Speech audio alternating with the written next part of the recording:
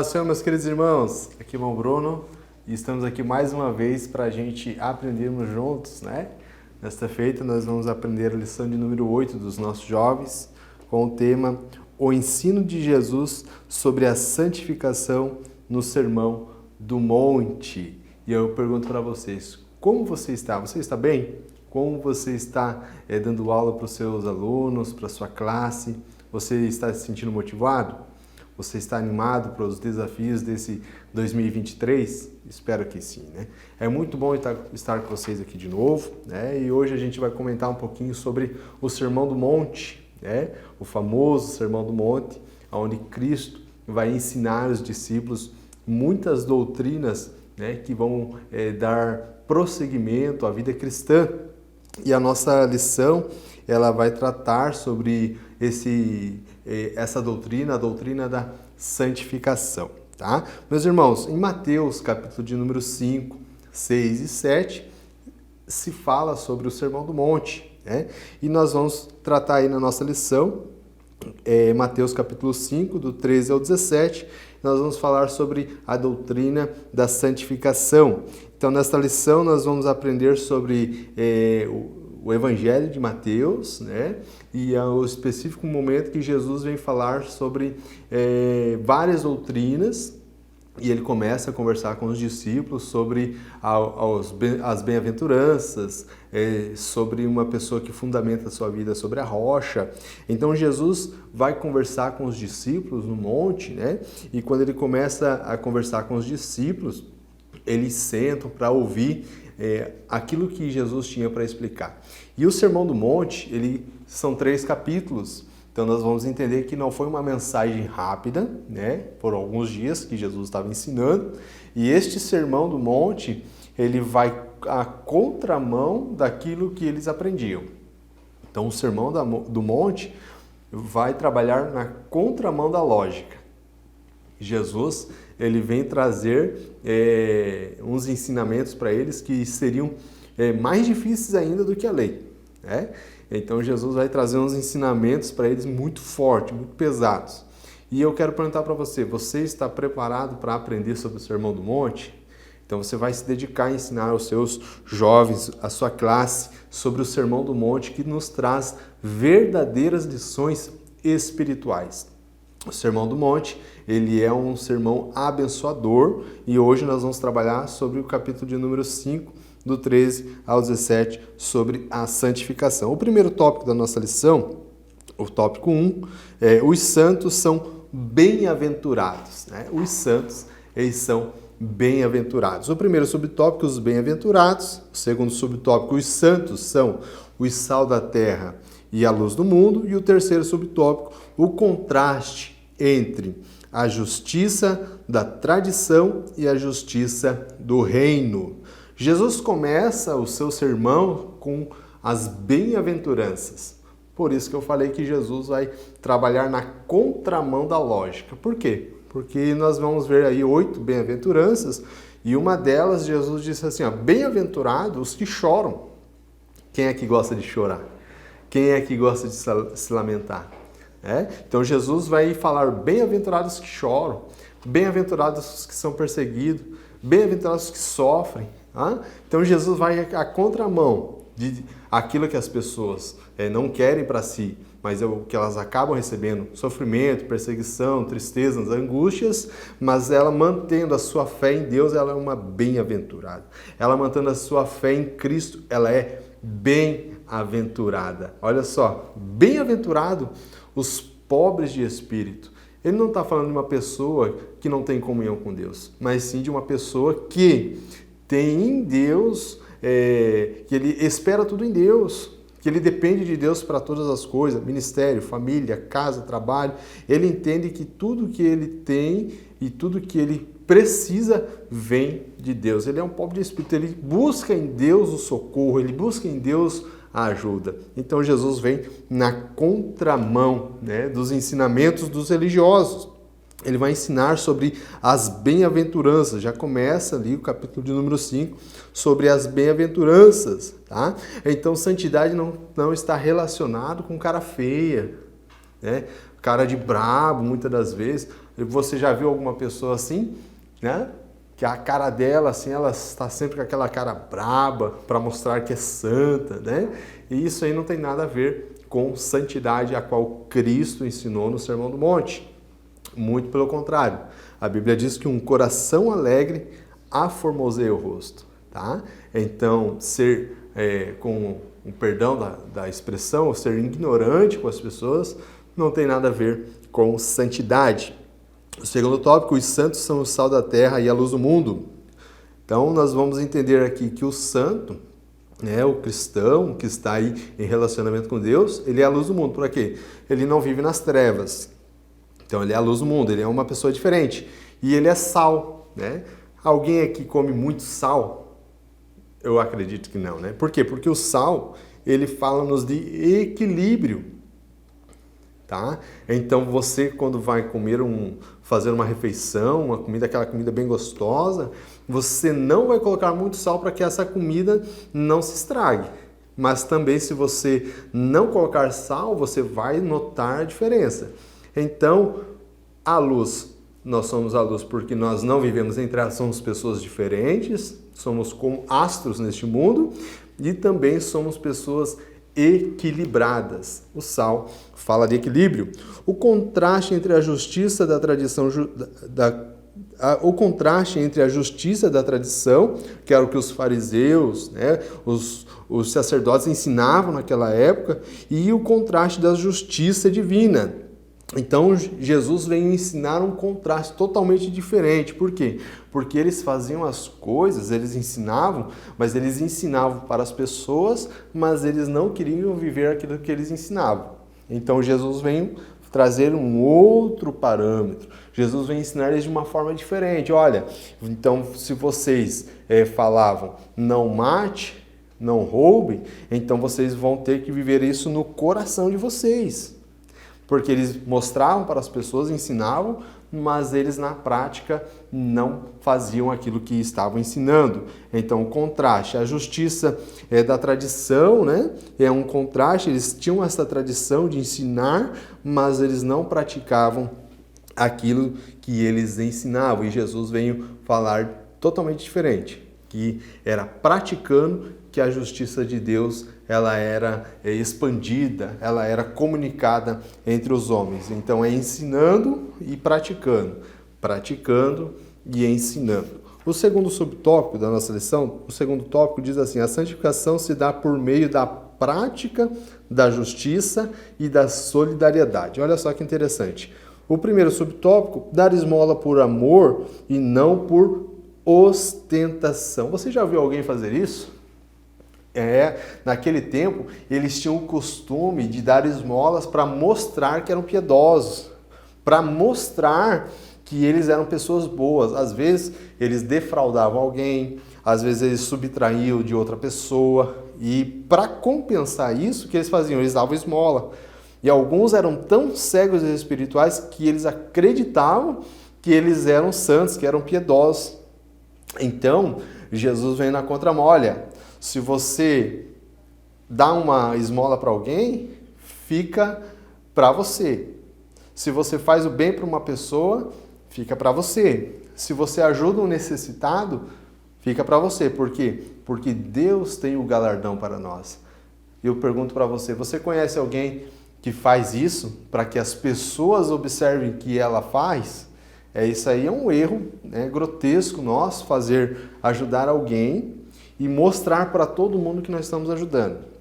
Deus, ele não se agrada nisso. Mas se você ensinar sua classe que eles ajudando, sendo solidários, sem mostrar para ninguém, Deus tem a recompensa. A nossa geração hoje faz tudo por um like, né? Tudo por uma visibilidade, tudo para ganhar seguidores.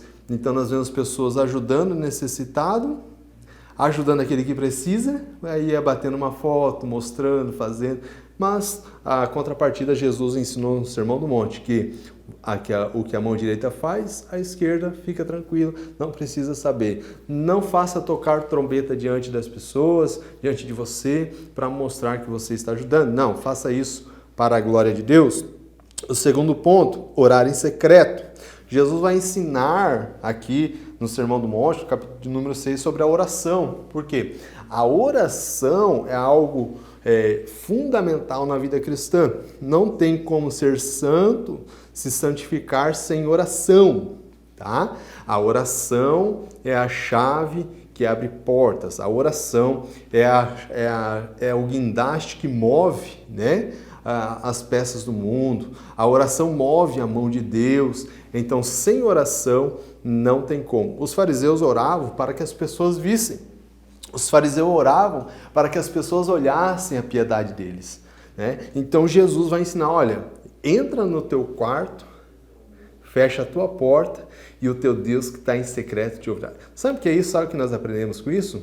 Intimidade com Deus. Isso isenta eu de orar na igreja, irmão Bruno? Nada disso. Você pode orar na congregação, você pode orar com os jovens, você pode orar em qualquer lugar. A Bíblia recomenda isso, orar em todo tempo. Então, a gente tem que entender que as orações são um diálogo com o Senhor e um relacionamento com Ele. Nós vemos isso com os profetas, com os homens que foram escolhidos por Deus, e nós também, como discípulos de Cristo, aprendemos com Ele, com o próprio Cristo, que a oração é de fundamental importância para quem quer ter um relacionamento com Deus. O terceiro ponto, o jejum deve ser acompanhado com práticas de justiça e solidariedade. Olha só que interessante, meus irmãos. Isso aqui fala-nos de um nosso coração aberto, tá? Então, a prática do jejum é para glorificar a Deus. O que é o jejum? Você sabe o que é o jejum? O jejum é a fome de Deus. Quando nós jejuamos, nós estamos fechando a nossa boca, o nosso ventre, e estamos fazendo com que a nossa alma se alimente de Deus. É a fome de Deus, nós queremos mais de Deus. E o jejum, ele tem que vir com atos acompanhados, né, de solidariedade, atos de justiça. Você tem lembrado daquele que precisa? Quando você jejuar, lembre-se que alguém está precisando desse alimento. Então, uma lição, quando você estiver jejuando, a sua alimentação do dia vai para onde? Lembre de alguém que precisa. Essa é uma chave que foi já ensinada há muito tempo. Lembre-se sempre de alguém que estiver precisando. O jejum é para que o nome de Deus seja glorificado, para que a tua alma se alimente de Deus e para que a gente entre em conexão com o Senhor. Então, nós temos aí oração e jejum, duas práticas fundamentais para a santificação. O terceiro subtópico, a eficácia do ensino de Jesus sobre a santidade. O primeiro ponto, a didática do ensino de Jesus. O segundo, a vida do crente deve ser construída sobre a rocha. E o terceiro ponto, a autoridade do ensino está na coerência entre a teoria e a prática. A didática de Jesus, olha só, a Bíblia vai dizer que Jesus começou o Sermão do Monte abrindo a boca e explicando. E eu te pergunto, querido professor, você tem explicado a palavra de Deus para os seus alunos ou tem deixado eles meio atordoados? Por quê? Nós temos que ter uma didática com que as pessoas entendam aquilo que nós estamos falando. Tá? Então, muitas pessoas se preocupam tanto com a tecnologia na sala de aula e às vezes esquecem de apenas abrir a Bíblia e explicar o texto. Então, antes de se preocupar com tanta tecnologia na sala de aula, se preocupe em explicar o texto com clareza, com simplicidade, de uma forma como Jesus fazia. Jesus usava parábolas, explicando parábolas sobre várias situações para que os seus ouvintes entendessem aquilo que ele queria falar, tá? Então, a água não pode ser tão mexida a ponto de não poder beber. Que Deus possa te dar clareza no ensino. A vida do crente deve ser construída sobre a rocha. Então, Jesus vai encerrar o sermão falando sobre isso. Que aquele que ouve essas palavras que Jesus ensinou é semelhante a um homem que construiu a sua casa sobre a rocha, ou seja, sobre os fundamentos que ele ensinou. Nós precisamos construir a nossa vida espiritual sobre os ensinamentos da palavra de Deus. Não adianta eu querer atualizar a Bíblia para que ela se encaixe ao meu estilo de vida. Não. A minha vida tem que se encaixar na palavra de Deus. Não é a palavra de Deus que tem que se encaixar ao meu estilo, ao nosso estilo, não. A palavra de Deus, ela é suprema. A palavra de Deus, ela é suprema em todos os momentos. Eu digo para você, professor, que a palavra de Deus, ela está acima da nossa opinião. A palavra de Deus está acima da opinião do homem. Acima do mais sábio, a palavra de Deus está. Então, nós quando praticamos os ensinamentos dessa palavra, nós somos comparados ao homem prudente que edificou a sua casa sobre uma rocha, onde vêm os rios, vem a chuva, vem o vento, e aquela casa permaneceu. Por quê? Porque estava fundamentada sobre a rocha. Nossa vida espiritual só vai resistir aos embates da vida quando ela estiver baseada na palavra de Deus. Aí pode vir os rios, os ventos, as chuvas, mas nós vamos resistir, porque a palavra de Deus é a nossa base. Ministério nenhum, igreja nenhum, corpo de Cristo nenhum vai resistir se a palavra de Deus estiver fora. Então nós precisamos desse manancial de águas vivas. Terceiro ponto, a autoridade do ensino está na coerência entre teoria e prática. Então, aquilo que eu ensino, eu vou ter que viver. Aquilo que eu escuto, eu vou ter que praticar. Aquilo que o Senhor me ensina é para que eu pratique. Então, eu preciso, querido, dessa prática, né? Então, a teoria, a vida cristã nós ouvimos a palavra, nós compreendemos a palavra, mas nós praticamos a palavra. Tá entendendo? Então, a nossa vida cristã, ela vai estar realizada, nós vamos ser realizados espiritualmente quando a nossa vida estiver assim, eu ouvindo a palavra e a palavra entrando no meu coração, eu guardando ela e eu praticando essa palavra.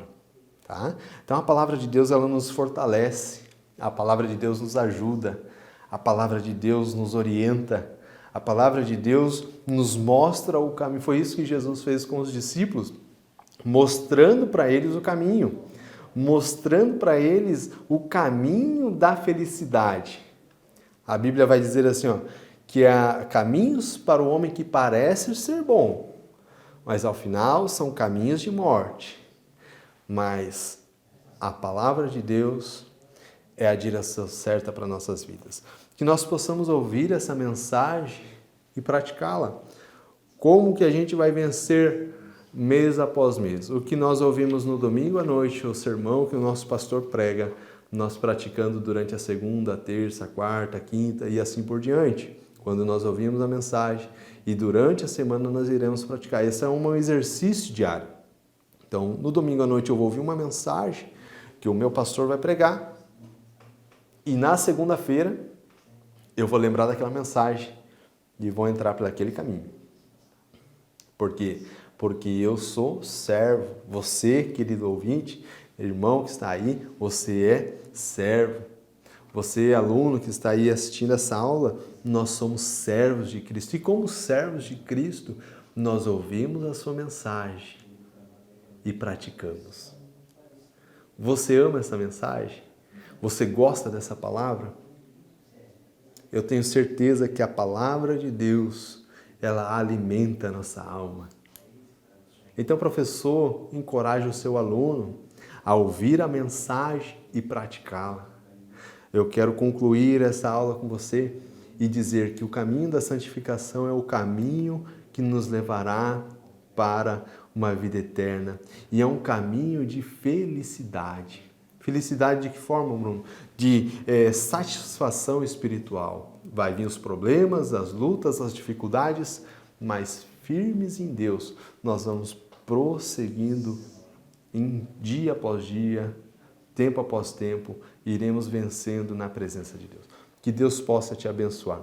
Até uma próxima aula, que Deus te use nessa aula aí que você vai preparar para os seus alunos, que você seja usado e os seus alunos sejam impactados. Deus abençoe você, querido irmão que está aí assistindo esse vídeo. Até a próxima aula.